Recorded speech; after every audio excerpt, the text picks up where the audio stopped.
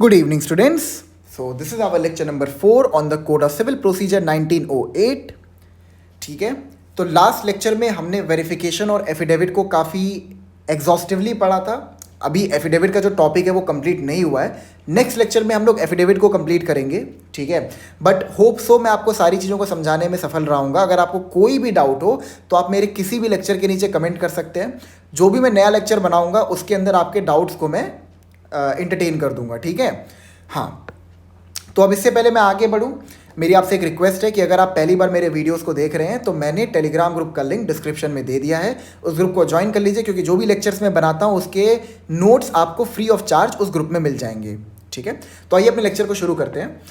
तो last lecture में हमने वेरिफिकेशन वगैरह कंप्लीट कर लिया था. उससे पहले हमने ये समझा था कि सिविल ट्रायल में स्टेजेस क्या होते हैं.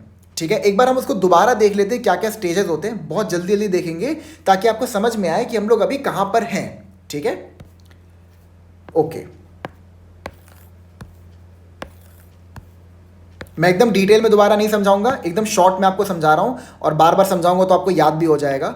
ठीक है, तो सबसे पहला स्टेप क्या होता है किसी भी सिविल ट्रायल के स्टेजेस में? Cause of action.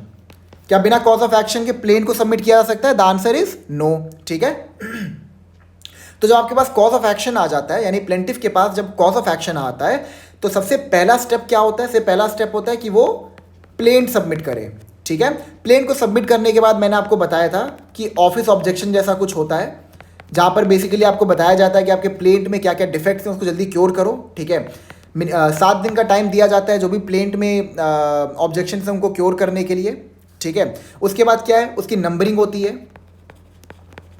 ठीक है, और जब नंबरिंग हो जाती है तो जो सूट है वो फॉर्मली इंस्टीट्यूट हो जाता है. Is that clear? ठीक है, हाँ.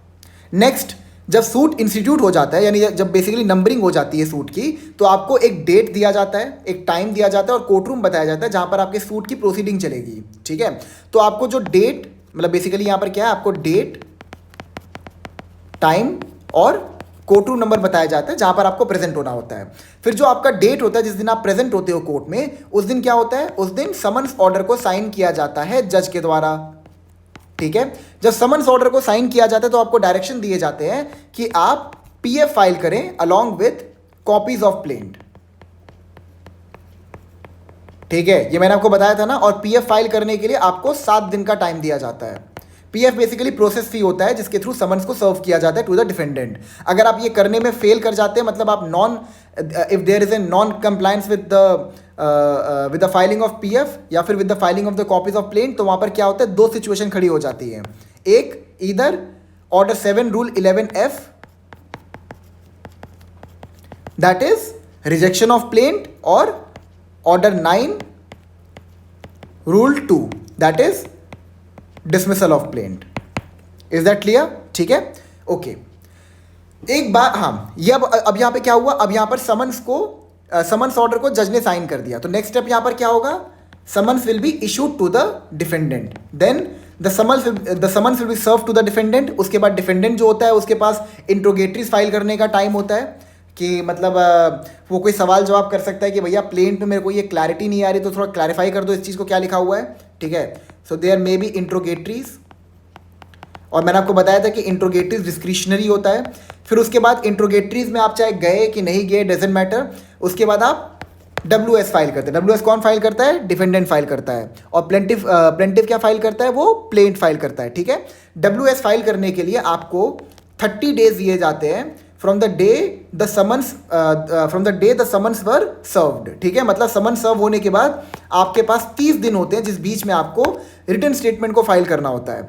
अगर आप इस 30 दिन में रिटन स्टेटमेंट फाइल नहीं कर पाते हो तो आपको एडिशनली 60 डेज दिए जाते हैं, यानी कि टोटल कितना हो गया?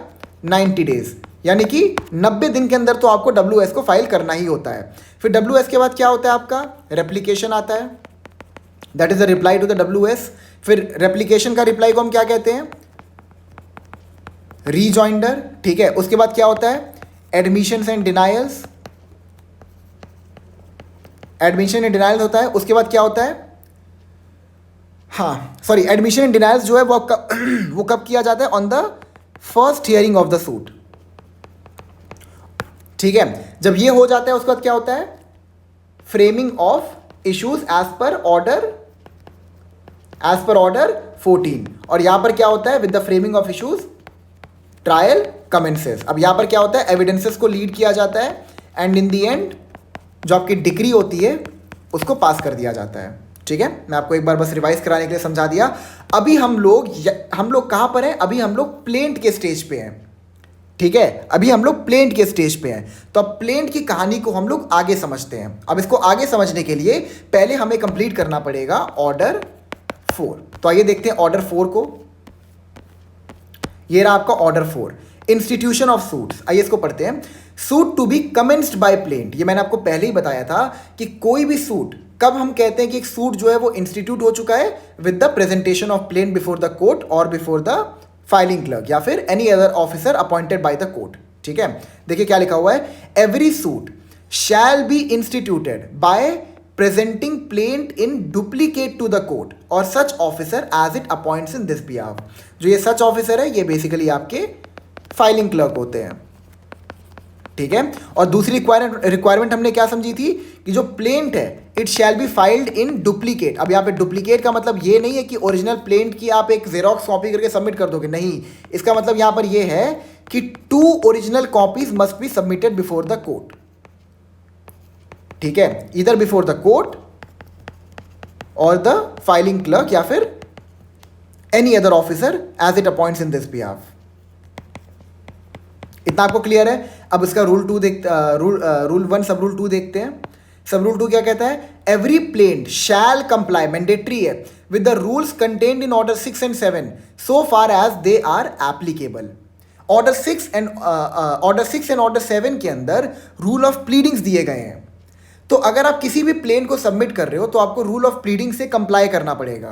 अब आते हैं इसके सब रूल 3 पे। अब अगर आपने सब रूल 1 या सब रूल 2 से कंप्लाई नहीं किया तब क्या होगा, तो उसके रिगार्डिंग सब रूल 3 बात करता है।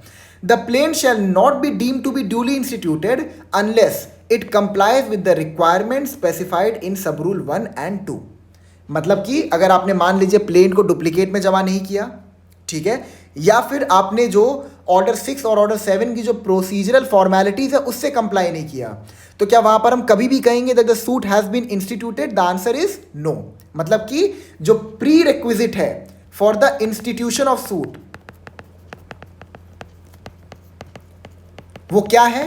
पहला है आपका order 4 rule 1 sub rule 1, that is plaint to be filed in duplicate, to be filed in duplicate. और दूसरा क्या है? Order 4 rule 1 sub rule 2 which is compliance of order 6 and 7।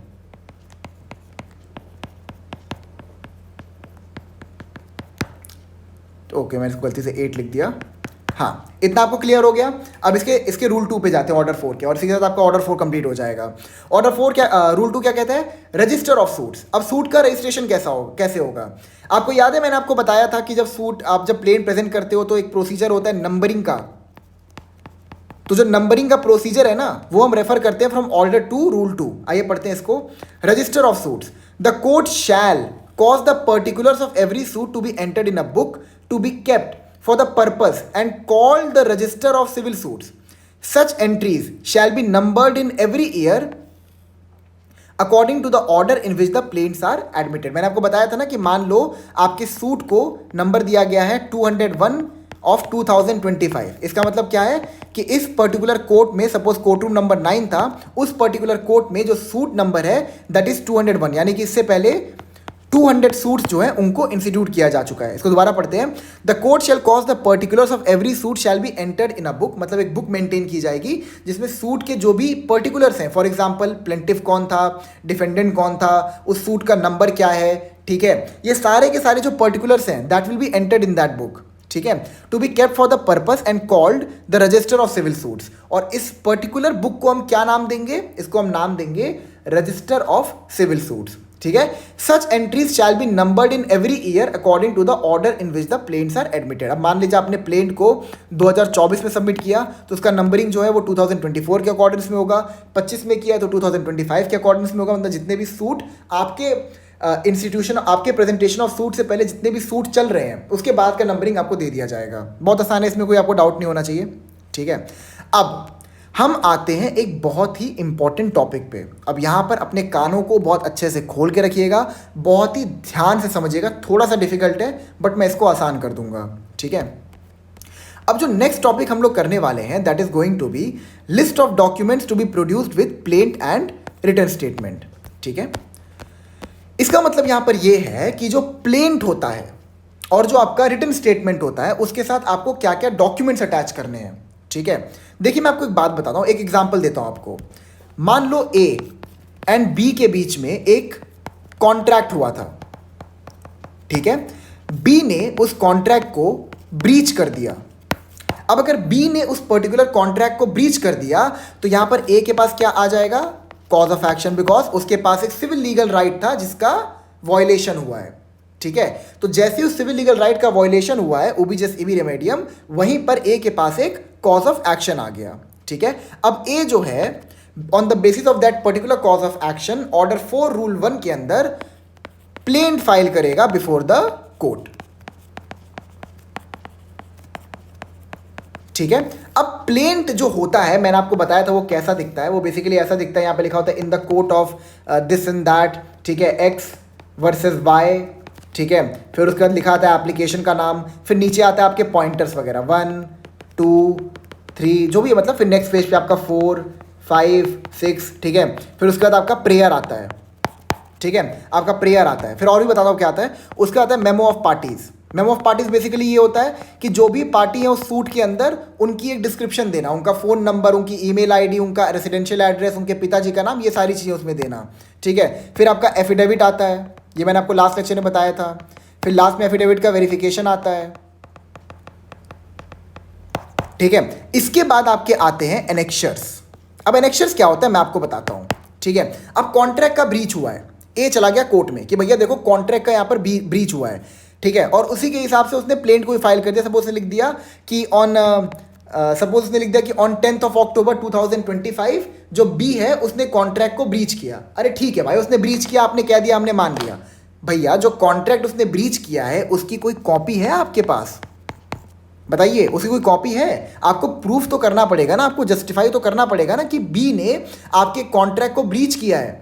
कोई बेसलेस एलिगेशन तो आप लगा नहीं सकते हो। तो यहां पर ए क्या करेगा, यहां पर ए बेसिकली जो कॉन्ट्रैक्ट है जो उनके बीच में हुआ था, ए और बी के बीच में, जिसके ऊपर उनका जिस पे दोनों पार्टी का साइन गया था, उसकी कॉपी या फिर उसका ओरिजिनल डॉक्यूमेंट प्लेंट में अटैच कर देगा। ठीक है, और उसको नाम दे देगा एनेक्शर 1। ठीक है, फॉर एग्जाम्पल से पहला पॉइंट लिखा कि there exist a contract between A and B which be breached on 10th of October 2025। ठीक है, the copy of the said contract is attached as annexure A1, ऐसा लिखा रहेगा उसके अंदर। ठीक है, इतना आपको क्लियर है? हाँ, ओके, समझ में आपको आ गया? तो इन्हीं डॉक्यूमेंट्स की मैं यहाँ पे बात कर रहा हूँ, the list of documents that will be produced along with plaint and written statement. अब आइए इसके प्रोविजन को पढ़ते हैं तो आपको और क्लियर हो जाएगा। सबसे पहले हम लोग पढ़ेंगे ऑर्डर 7 रूल 14 को। ठीक है, this is basically order 7 rule 14। आइए पढ़ते हैं। Production of document on which plaintiff sues और रिलाइज। उन डॉक्यूमेंट का प्रोडक्शन जिसके बेसिस पर प्लेंटिफ सूट को इंस्टीट्यूट कर रहा है या फिर अपने क्लेम को जस्टिफाई करने के लिए जिन डॉक्यूमेंट्स पर वो रिलाई कर रहा है। Clause 1, where a plaintiff sues upon a document और relies upon document in his possession और power in support of his claim. ठीक है, यहां पर यह कहता है कि जो प्लेंटिफ है, if suppose he sues upon a document, मतलब एक डॉक्यूमेंट को वो बेस बनाकर डिफेंडेंट को स्यू कर रहा है कि देखो मेरा जो क्लेम बनता है वो 5 लाख का बनता है। ठीक है, on the basis of this particular document, या फिर जो उसका 5 लाख का क्लेम बनता है उसको जस्टिफाई करने के लिए he is relying upon certain document. For example मान लो कोई व्हाट्सएप चैट्स हैं, उसका स्क्रीनशॉट निकाल के लगा दिया। ठीक है, इंस्टाग्राम पे कोई रील थी, उसका कोई मतलब वीडियो लगा दिया, वॉट एवर देयर इज। ठीक है, वो जो भी क्लेम कर रहा है उसके लिए। तो where the plaintiff sues upon a document और relies upon document in his possession और power in support of his claim. अब इसका यहाँ पे ये क्या मतलब हुआ? पावर का मतलब यहाँ पर क्या हुआ? एक तो पोजेशन हो गया। पोजेशन का मतलब होता है इमीडिएट पोजेशन। ठीक है, मतलब कि वो आपके एकदम पास है, आपके घर में ही पड़ा हुआ है, इसे हम कहते हैं इमीडिएट पोजेशन। पावर का मतलब ये होता है कि वो आपके इमीडिएट पोजेशन में तो नहीं है, लेकिन जब भी आप चाहें उन डॉक्यूमेंट्स को प्रोक्योर कर सकते हो। Is that clear? और power in support of his claim, he shall enter such documents in a list and shall produce it in court when the plaint is presented by him, and shall at the same time deliver the document and a copy thereof to be filed with the plaint। क्या कह रहा है यहां पर ये कह रहा है कि जब आप प्लेंट में किसी डॉक्यूमेंट पर इधर आप रिलाय कर रहे हो या फिर on the basis of that document if you are suing a person, तो आपको एक लिस्ट ऑफ डॉक्यूमेंट बनाना पड़ेगा। ठीक है, आपको एक लिस्ट ऑफ डॉक्यूमेंट बनाना पड़ेगा, और जो वो डॉक्यूमेंट्स हैं या तो आप उसकी ओरिजिनल कॉपी अटैच कर दो, ठीक है, या तो आप उसकी कॉपी अटैच कर दो, लेकिन ये दोनों ही जाएगी, ओरिजिनल और कॉपी दोनों ही जाएगी। कॉपी जाती है बिकॉज वहां पर कोर्ट के रेफरेंस के लिए भी तो होना चाहिए ना, ठीक है। या तो आप उसका ओरिजिनल जमा करो कोर्ट में, या फिर आप उसका कॉपी जमा करो। Is that clear? ठीक है, देखिए इसको फिर से पढ़ लेते हैं।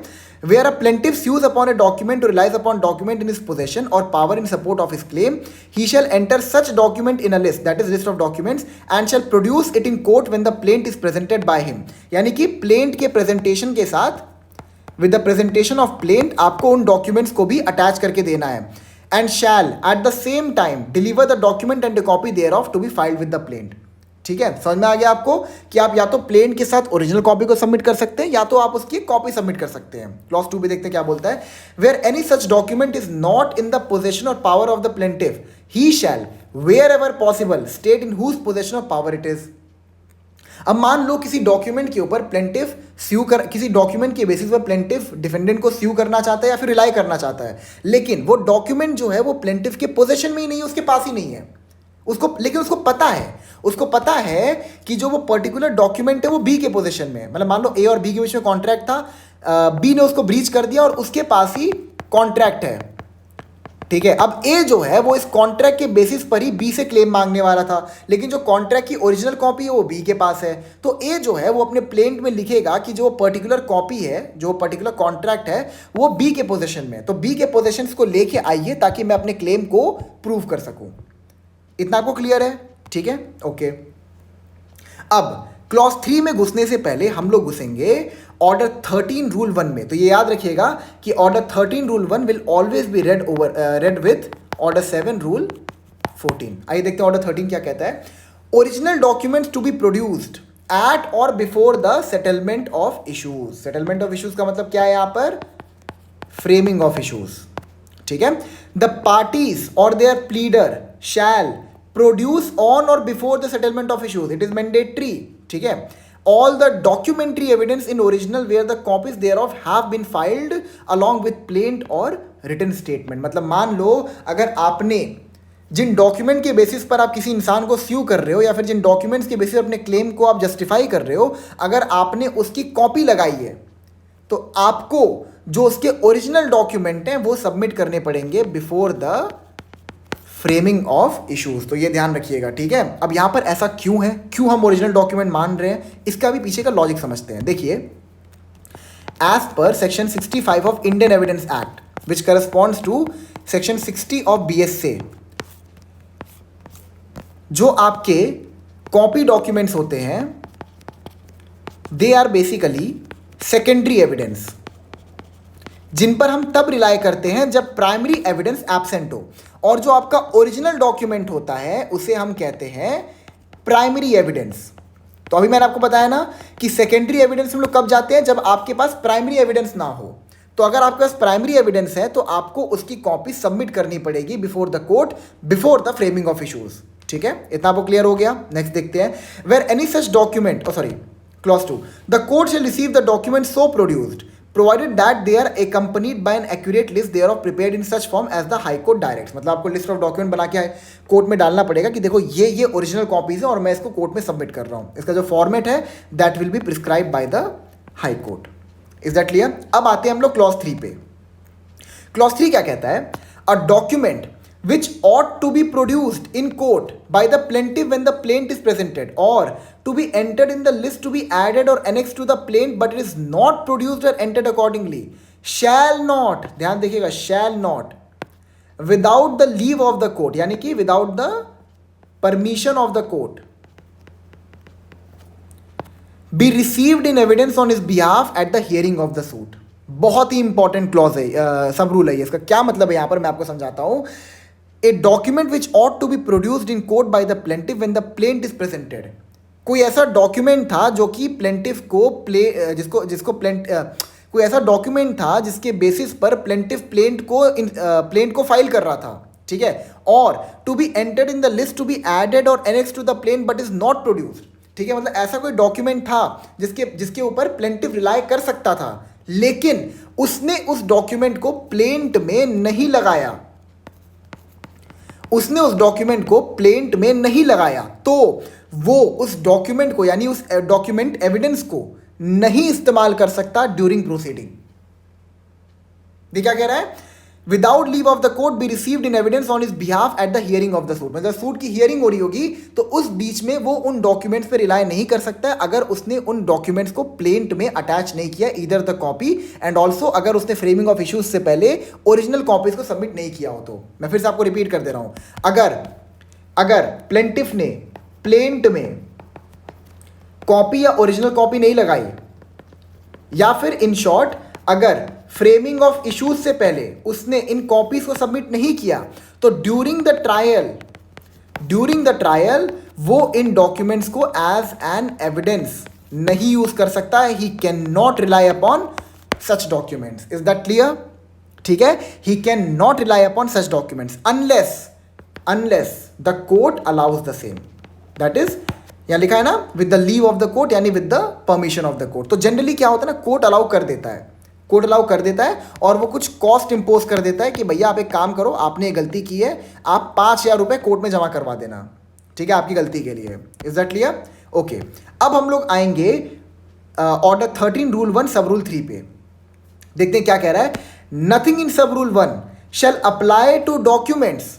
क्या कहता है सब रूल 1? सब रूल 1 ये कहता है कि फ्रेमिंग ऑफ इश्यूज से पहले आपको जितने भी ओरिजिनल डॉक्यूमेंट्स हैं उनको कोर्ट में सबमिट करना है, ठीक है। तो जो क्लॉज 3 है वो आपका क्या है, वो एक सेविंग क्लॉज है। तो क्या कह रहा है ये, nothing in sub rule 1 shall mandatory apply to documents produced for the cross examination of the witnesses of the other party. अब यहां पर ये चीज क्या कह रहा है, इसको समझाने के लिए मेरे को थोड़ा सा आपको मेरे को टाइम देना पड़ेगा।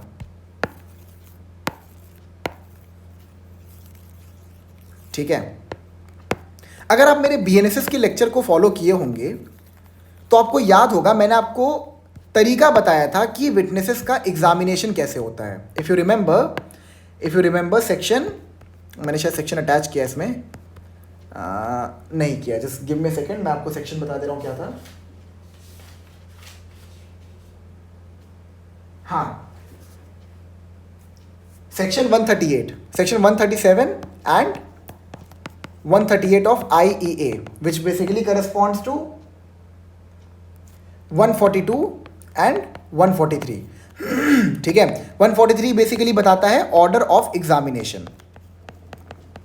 एग्जामिनेशन मतलब क्या होता है, पूछताछ, और 142 बात करता है एग्जामिनेशन इन चीफ। बहुत ध्यान से मेरी बात को समझिएगा, तभी आपको समझ में आएगा कि बेसिकली यहां पर क्या बोला है। हाँ, बेसिकली क्या बोला है in order 13 rule 1 sub rule 3, ठीक है। हाँ, तो सेक्शन 143 ऑफ बीएसए क्या बोलता है, ये बोलता है कि ऑर्डर ऑफ एग्जामिनेशन क्या होगा। जैसे मान लो ए और बी के बीच में कोई सूट था, ठीक है, ए के विटनेस नंबर थे 1 2 3, बी के विटनेस नंबर थे 4 5 6।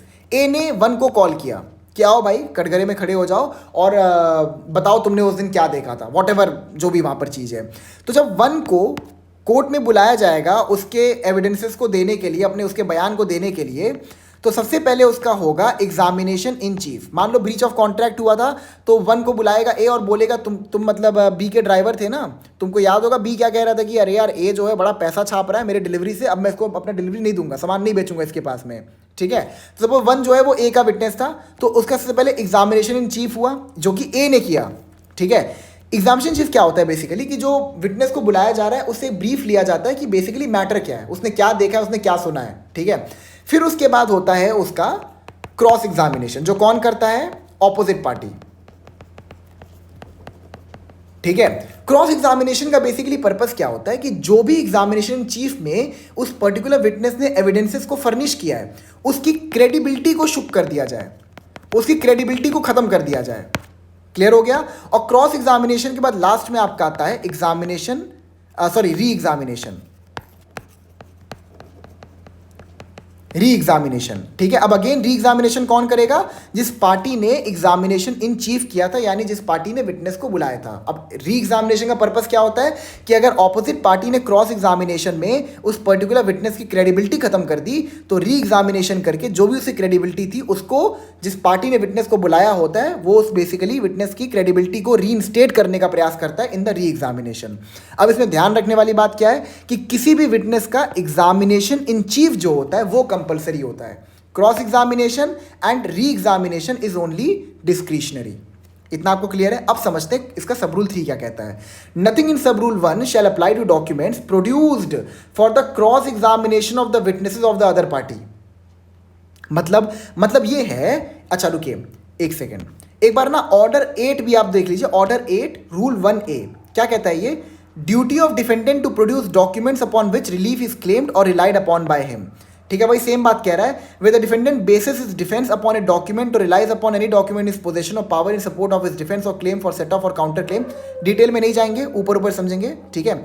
He shall enter such document in a list and shall produce it in court when the written statement is presented by him and shall at the same time deliver the document and a copy thereof to be filed with the written statement। भाई same बात कह रहा है plaint वाली। ठीक है। Where any, इसका clause नहीं देखते हैं। और document which ought to be produced in court by the defendant under this rule but is not so produced shall not without the leave of the court be received in evidence on his behalf at the hearing of the suit। मतलब जो rule plaintiff के ऊपर apply होता है वही rule as per order 8 rule 1A defendant के ऊपर भी अप्लाई होता है कि आपको before the framing of issues जो भी डॉक्यूमेंट्स को आप यूज करना चाहते हैं एज एन एविडेंस उसकी ओरिजिनल कॉपी आप सबमिट कर देना कोर्ट में। क्लियर आपको ये चीज? ठीक है। अब यहां पर ऑर्डर 13 रूल 1, ऑर्डर 13 सब रूल 3 सब रूल A क्या कहता है इसको समझते हैं। ठीक है। देखिए ये कहता है nothing in sub rule 1 shall apply to documents produce for the cross examination of the witnesses of the other party. अभी हमने जो जनरल रूल पढ़ा है वो क्या पढ़ा है? हमने ये समझा कि फ्रेमिंग ऑफ इश्यूज से पहले आपको जितने भी डॉक्यूमेंट्स पर रिलाय करना है अपने क्लेम को जस्टिफाई करने के लिए उसकी ओरिजिनल कॉपी आप कोर्ट में सबमिट कर दीजिए। क्लियर आपको ये चीज? इसका एक्सेप्शन यहां पर ये है कि अगर आपको किसी विटनेस को क्रॉस एग्जामिन करना है, मतलब मान लो ए का विटनेस था, बी उसके विटनेस को क्रॉस एग्जामिन करना चाहता है, तो भाई वो बंदा, एक बात बताओ, जो अभी हमने रूल क्या पढ़ा कि फ्रेमिंग ऑफ इश्यूज से पहले जो भी डॉक्यूमेंट्स हैं उसकी ओरिजिनल कॉपी आप सबमिट कर दो, उसके बाद हम अलाउ नहीं करेंगे। अब बी किसी डॉक्यूमेंट पे रिलाय करके ए के विटनेस का क्रॉस एग्जामिनेशन करना चाहता है। बी जो है वो किसी डॉक्यूमेंट पे रिलाय करके ए के विटनेस का क्रॉस एग्जामिनेशन करना चाहता है। ठीक है। अगर वो उस डॉक्यूमेंट को पहले ही सबमिट कर देगा तो ए को पता नहीं चल जाएगा कि क्रॉस एग्जामिनेशन में ये मेरे विटनेस से क्या सवाल पूछेगा, और पहले इसको समझा बुझा देगा कि भाई इस सवाल का ये जवाब देना है कि नहीं, उससे तो बी का पूरा केस ही वीक हो जाएगा। तो यहां पर ये कह रहा है कि जो ये रूल है ना आपका कि फ्रेमिंग ऑफ इश्यूज से पहले आपको सारे ओरिजिनल डॉक्यूमेंट सबमिट करने हैं, ये उस केस में अप्लाई नहीं होगा जहां पर आप किसी डॉक्यूमेंट को यूज कर रहे हो for the purpose of cross examination. Clear होगा आपको कि अगर कोई पार्टी क्रॉस एग्जामिनेशन के लिए किसी डॉक्यूमेंट को यूज कर रहा है तो उसकी ओरिजिनल कॉपी उसको फ्रेमिंग ऑफ इश्यूज से पहले सबमिट करने की कोई आवश्यकता नहीं है। क्लियर होगा आपको ये चीज? ठीक है। तो इसमें हमने कुछ सेक्शंस भी देख लिए बीएसए के, that is section 142 and 143। 142 talks about examination in chief and 143 talks about order of examination. अब नेक्स्ट देखते हैं क्या है। Handed over to a witness merely to refresh his memory. इसका मतलब यहां पर क्या है कि अगर विटनेस को उसकी मेमोरी को रिफ्रेश करने के लिए किसी डॉक्यूमेंट को दिया गया है तो वहां पर भी जो ऑर्डर 13 रूल 1 का जो प्रिंसिपल है it will not be applied. अब इसका मतलब क्या हुआ यही मैं आपको समझाया था, just give me a second. हाँ, जो रिफ्रेशिंग ऑफ मेमोरी होती है ना, इसका आपको सेक्शन मिल जाएगा section 162 BSA which corresponds to section 159 Indian evidence Act. अब यहां पर ये बेसिकली क्या कह रहा है कि अगर विटनेस को कोई भी डॉक्यूमेंट दिया गया है टू रिफ्रेश हिज मेमोरी तो उसकी भी ओरिजिनल कॉपी आपको कोर्ट में सबमिट करने की कोई आवश्यकता नहीं है before the framing of issues. क्यों? अरे भैया कई आपको पता है जो सूट्स होते हैं ना, कई बार वो 20-20 साल खिंच जाते हैं। अब भाई 20 साल पहले क्या घटना घटी थी उसको क्या याद होगा? तो उसको बस याद दिलाने के लिए, अरे देखो आपने 20 साल पहले ऐसा कुछ देखा था होते हुए, ठीक है, या फिर आपके सामने ए और बी के बीच में कॉन्ट्रैक्ट हुआ था, उसमें ये टर्म्स डाले गए थे, ब्ला ब्ला ब्ला, जो भी चीज़ें हैं। तो 20 साल पुराने कॉन्ट्रैक्ट को भाई बंदा कैसे याद रखेगा? ठीक है, तो उसकी मेमोरी को रिफ्रेश करने के लिए अगर किसी भी डॉक्यूमेंट को दिया जा रहा है तो उसके ऊपर ऑर्डर 13 रूल 1 का जो जनरल रूल है कि फ्रेमिंग ऑफ इशूज से पहले आपको सारे ओरिजिनल डॉक्यूमेंट सबमिट करने हैं, वो अप्लाई नहीं होगा। समझ में आ गया आपको? बहुत मुश्किल था मेरे लिए समझाना ये चीज़, बट स्टिल मैं अपना बेस्ट दिया, आपको समझाया। ठीक है, अब आते हैं अपने आज के लास्ट रूल पे। इसका रूल 1 है, आप लोग एक बार रीड कर लीजिएगा, वही सेम चीज़ उसमें भी कही गई है। जैसे कि produce for the cross examination of the plaintiff witness or handed over to a witness merely to refresh his memory. Clear आपको ये चीज़? हाँ, अब आते हैं ऑर्डर 14 रूल 4 पे, order 14 rule 1, sorry order 7 rule 14 सब रूल 4 पे। क्या बोल रहा है यहाँ पर? Nothing in this rule, again this is a saving clause, shall apply to document produce for the cross examination of the plaintiff witnesses or handed over to a witness merely to refresh his memory. यहाँ पर क्या कह रहे हैं इसको समझते हैं। It is a saving clause. ठीक है, पहले मैं आपको बता दूं, यहाँ पर there is again a legislative error. ये जो प्लेंटिव विटनेसेस है ना, it would be defendants witnesses. अब मैं इसके पीछे का लॉजिक भी समझाता हूं, दोबारा पढ़ते हैं। Nothing in this rule shall apply to document produce for the cross examination of the plaintiff witnesses or handed over to a witness merely to refresh his memory. Order 14 rule 1 क्या कहता है कि जो प्लेंटिफ है, ठीक है, उसको सारे डॉक्यूमेंट्स की ओरिजिनल कॉपी सबमिट करनी पड़े, ओरिजिनल कॉपी या फिर कॉपी सबमिट करनी पड़ेगी। ठीक है, हाँ, अगर उसने वो कॉपी सबमिट नहीं की तो जो उसके एविडेंसेस हैं वो फ्रेमिंग ऑफ इश्यूज के बाद उसको अलाउ नहीं किया जाएगा यूज करने के लिए। क्या आपको क्लियर है इतना चीज? अब यहाँ पर सब रूल 4 क्या कहता है? Nothing in this rule shall apply to document produce for the cross examination of the plaintiff witnesses. इसका मतलब यहां पर यह है, एक बात बताओ, क्या प्लेंटिव अपने ही विटनेस का क्रॉस एग्जामिनेशन कर सकता है? नहीं कर सकता।